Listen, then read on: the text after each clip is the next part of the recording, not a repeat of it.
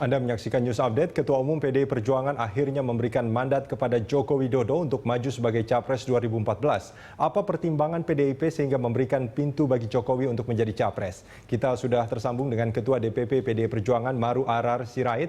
Pak Ara, apa pertimbangan PDIP menyerahkan mandat ini kepada Jokowi?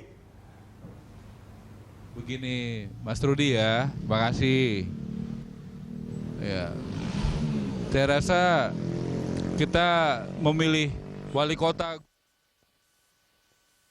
proses yang sangat panjang. Tentu mempertimbangkan soal ideologinya, soal track recordnya, integritasnya, kapabilitasnya, dan dukungan publik. Apalagi kita memilih seorang calon presiden.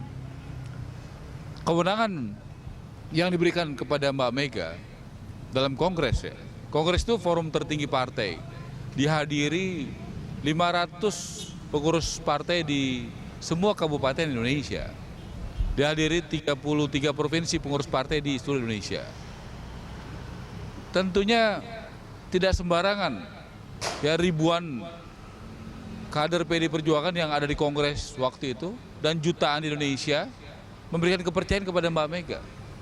Kalau tidak didasarkan kepada kepercayaan kepada Mbak Mega, kita percaya kepada Mbak Mega karena beliau terbukti selama ini membawa partai kami dalam garis perjuangan bersama dengan rakyat. Dan hari ini sekali lagi Mbak Mega membuktikan, sesudah 2 tahun lalu kita masih ingat pemilihan gubernur Jakarta, ada yang pikirkan, ada yang usulkan calon lain.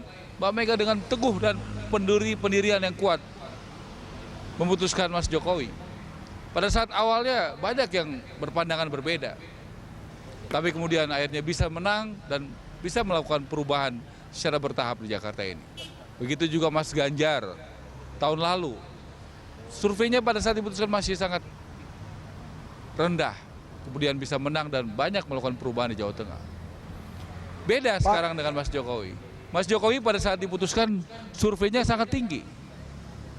Dan yang paling penting adalah, ya Mas Rudi, jangan sampai pemilihan presiden ini hanya mengganti satu pemerintahan ke pemerintahan yang lain.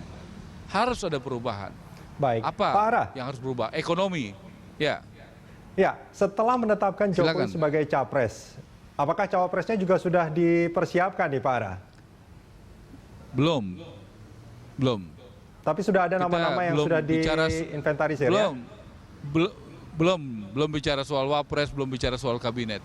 Kita hari ini berbicara soal calon presiden dan bagaimana memenangkan pemilu legislatif. Kita yakin dengan diumumkannya Mas Jokowi, elektabilitas PDI Perjuangan 9 April nanti bisa mendapat angka sekitar 35%. Kita yakin itu. Ya, Pak Ara, ini meskipun belum ditetapkan, nama Puan Maharani sempat disebut-sebut sebagai cawapres. Apakah ini juga dipertimbangkan oleh PDIP?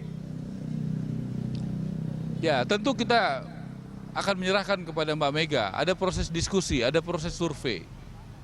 Itu tentunya perlu diberikan suatu waktu, sehingga keputusannya juga bijaksana dan tepat seperti sekarang Mbak Mega memutuskan Mas Jokowi. Perlu ada waktu jeda untuk memantau, melihat, dan mendalami. Artinya kemungkinan untuk yang itu penting masih tadi, sangat terbuka Mas ya? Rudi, begitu yang penting Mas Rudi, perubahan ini harus terjadi. Bukan hanya ekonomi yang pertumbuhannya tinggi, tetapi juga pemerataan. Baik. Ya, masalah pemberantasan korupsi juga harus terus digencarkan. Baik. Masalah menjaga pluralisme juga harus digencarkan.